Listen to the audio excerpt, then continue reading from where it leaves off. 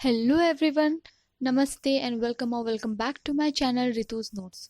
तो आज जो टॉपिक हम अपनी वीडियो में देखने वाले हैं वो है स्टैंडर्ड 12th की फ्लेमिंगो बुक की हमारी पहली पोएम माय मदर एट 66 की समरी। तो अगर आपने मेरी पिछली वीडियो नहीं देखी है जिसमें मैंने माय मदर एट 66 पोएम की line by line Hindi explanation बताई है, तो मैं उसके लिंक डिस्क्रिप्शन बॉक्स में दे दूंगी, आप वहाँ जाकर देख सकते हैं। तो बिना देर किए लेट्स गेट स्टार्टेड। लेकिन अगर उससे पहले आपने मेरे चैनल को सब्सक्राइब नहीं करा है तो प्लीज़ कर ले और बेल आइकन को भी दबा लें ताकि जब भी मैं वीडियोस डालूं तो आपको नोटिफिकेशन मिलती जाए। तो चलिए बिना देर किए let's get started. This is a heart-touching poem written by Indian poet Kamla Das, who wrote under the pen name of Madhavi Kutti. तो ये एक दिल को छू लेने वाली कविता है जिन्हें इंडियन पोइट, जो हमारी भारत की एक पोइटेस हैं कमला दास, उन्होंने लिखा है। और ये जब मलयालम में भी लिखती थी और इंग्लिश में भी लिखती थी, जब ये मलयालम में लिखती थी तो ये काम करती थी under the name of Madhavi कुट्टी। In this poem, she describes her feeling of love and attachment towards her aging mother. तो इस पोएम के ज़रिए वो प्यार और वो अपनापन दर्शाना चाहती हैं जो उन्हें अपनी माँ से था, जो कि बूढ़ी थी। Once the poet went to visit her mother. तो एक बार पोइट अपनी माँ से मिलने कोचीन से अपने घर लौटती है। She was on her way back to the airport to return to Cochin. और वो इस पोएम में बताती हैं कि जब वो कोचीन के लिए वापस रवाना होने के लिए अपने घर से निकलती हैं एयरपोर्ट के लिए, she looked at her mother who was seated beside her in the car. तो वो जब जा रही होती है एयरपोर्ट की तरफ तो रास्ते में वो अपनी माँ को देखती हैं जो उनके बगल वाले सीट में बैठी हुई थी।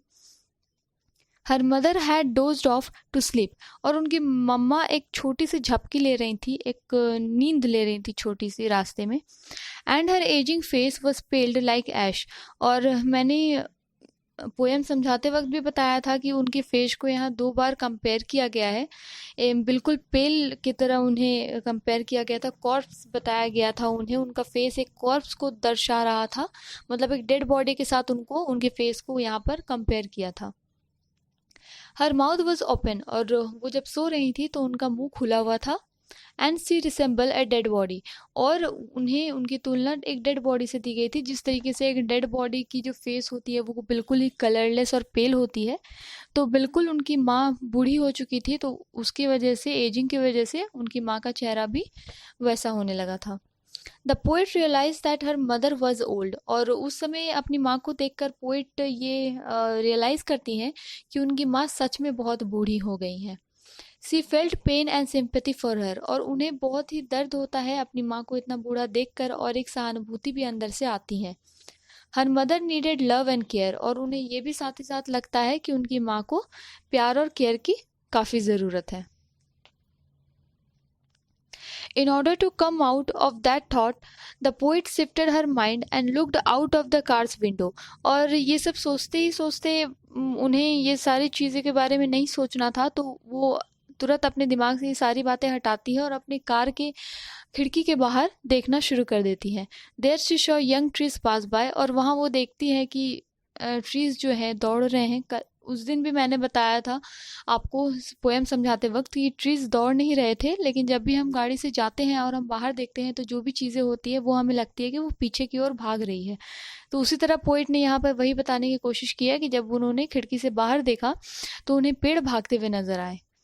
Little children were running out of their houses. और जो छोटे छोटे बच्चे थे वो अपने घर से खुशी खुशी उछलते हुए बाहर निकल रहे थे। As they reached the airport and the poet was about to leave for the aeroplane। और जब वो यही सब सोचते सोचते एयरपोर्ट पहुंच जाती है और जब पोइट एरोप्लेन के लिए रवाना होती हैं,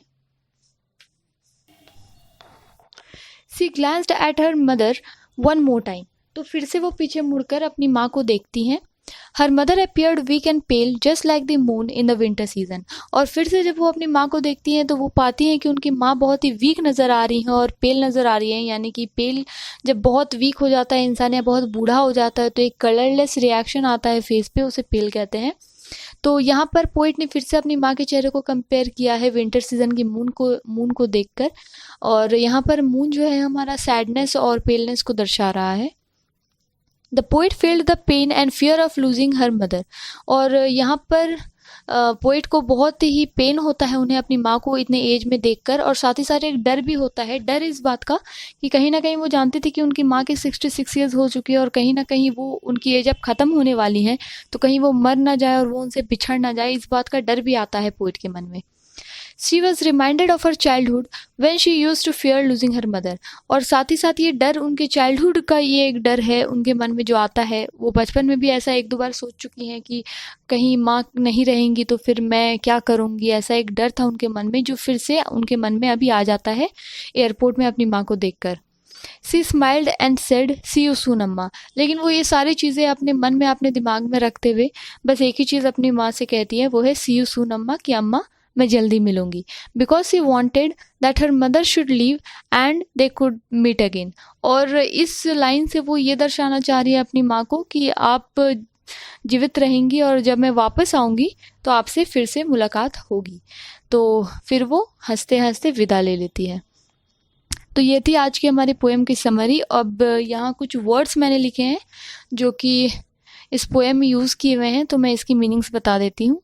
डोज, अ शॉर्ट स्लिप, एक छोटी सी झपकी लेना को डोज कहते हैं। एशन, वेरी पेल, चेहरा जब बहुत पेल हो जाता है, जब बीमार होते हैं या बहुत बूढ़े हो जाते हैं तो उसे हम एशन कहते हैं।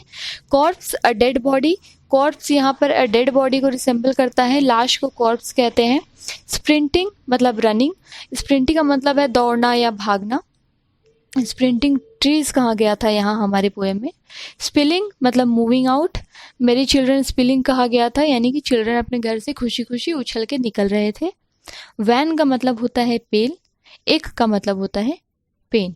तो यहाँ हमारी वीडियो ख़त्म होती है। अगर आपको मेरी वीडियो अच्छी लगती हो तो प्लीज़ लाइक शेयर कमेंट करें और मेरे चैनल को सब्सक्राइब कर लें, ताकि आने वाली वीडियोस में मैं जब इसके शॉर्ट आंसर क्वेश्चंस और लॉन्ग आंसर क्वेश्चन सब कुछ बताऊं विथ पोएटिक डिवाइसेस तो आप लोग सबको पता लग जाए। तो प्लीज़ आप मेरे चैनल को सब्सक्राइब कर लें और साथ ही साथ बेल आइकन प्रेस कर लें। Thank you so much.